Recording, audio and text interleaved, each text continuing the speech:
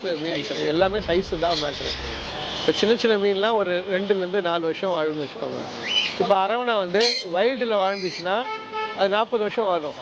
தொட்டியில் வாழ்ந்தா ஒரு 20 வருஷம் 30 வருஷம் வளரும். அந்த மாதிரி நம்ம கிளைண்ட் வீட்டில் ஒருத்தர் வீட்டில் 20 வருஷமாக ஒரு அரவணை இருக்குது.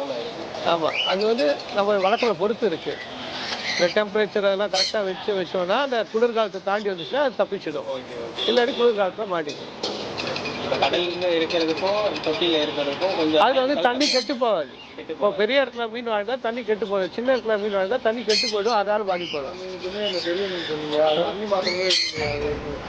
எப்பயுமே தண்ணி மாற்றுறது எப்படின்னா பாதி பழைய தண்ணி பாதி புதிய தண்ணி வச்சா நல்லது.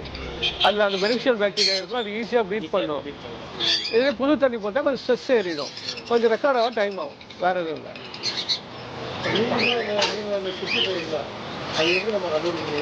அது நம்ம கண்டுபிடிக்கிறதுனா அது வயிறு எந்த பொசிஷனில் இருக்குது அதை பொறுத்து. வயிறு கழுத்தாண்டு இறங்கிதுன்னா டைம் ஆச்சுன்னு அர்த்தம். அதனால் அதில் குட்டி போடுறதும் இருக்குது, முட்டை போடுறதும் இருக்குது.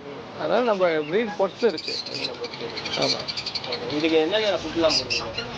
ஃபுட்டு பெல்லட்ஸ் இருக்குது, ட்ரை வார்ம்ஸ் இருக்குது, உயிரோட வார்ம்ஸ் இருக்குது, எல்லாமே இருக்குது. மீனுக்கு ஏற்ற போல ஃபுட்டு மாறும். மீன் வாய்க்கு சைஸ்க்கு ஏற்ற போல பெல்லட் சைஸ் மாறும்.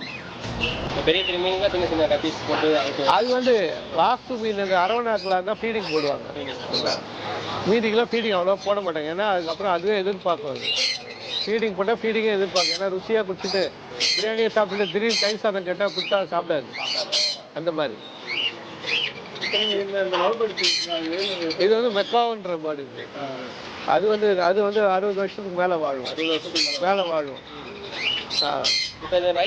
இது வந்து 5 to 6 months ஓல்டு.